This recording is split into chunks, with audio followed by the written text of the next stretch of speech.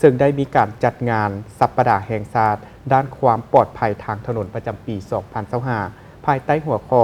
ถนนเพื่อชีวิตขับรถช้าชีวิตยืนยาว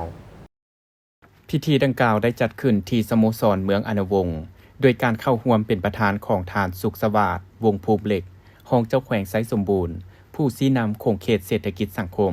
ประธานคณะกรรมการด้านความปลอดภัยทางหลวงคันแขวง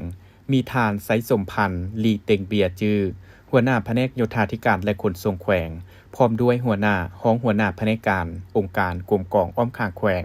พนักงานรัฐกรครูอาจารย์และน้องน้อยนักเรียนเข้าร่วมในพิธีทานไซสมพันธ์ลีเต็งเบียจื้อได้ขึ้นรายงานเกี่ยวกับงานสัปดาห์แห่งชาติด้านความปลอดภัยทางหลวงประจำปี 2025 ให้รู้ว่างานสัปดาห์แห่งชาติความปลอดภัยทางถนนปีนี้แม่นจัดขึ้นภายใต้หัวข้อถนนเพื่อชีวิตขับรถช้าชีวิตยืนยาวจากนั้นท่านได้ยกให้เห็นความเสียหายจากอุบัติเหตุตามท้องถนนแม้นมีการเกิดขึ้นอย่างมหาศาลในทั่วโลกปีหนึ่งมีผู้เสียชีวิตถึง 1.2 ล้านกว่าคนสำหรับปปลาวคิดเฉลี่ยมีผู้เสียชีวิตจากการเกิดอุบัติเหตุทางหลวงแต่ละปีเฉลี่ย 1,000 กว่าคนต่อปีและเฉพาะแขวงไซสมบูรณ์ในปีผ่านมามีอุบัติเหตุเกิดขึ้น131ครั้ง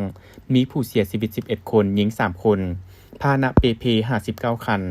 มูลค่าเสียหาย 5.7 ตื้อกว่ากีบในนี้3เดือนต้นปี 2025มีอุบัติเหตุเกิดขึ้น42ครั้งพาหนะเปเพทั้งหมด59คันมีคนได้รับบาดเจ็บ53คนและเสียชีวิต4คนหญิง1คนมูลค่าการเสียหาย 1.4 ตื้อกีบองค์การสหประชาชาติได้กำหนดมาตรการป้องกันและแก้ไขโดยมี5เสาค้ำคือ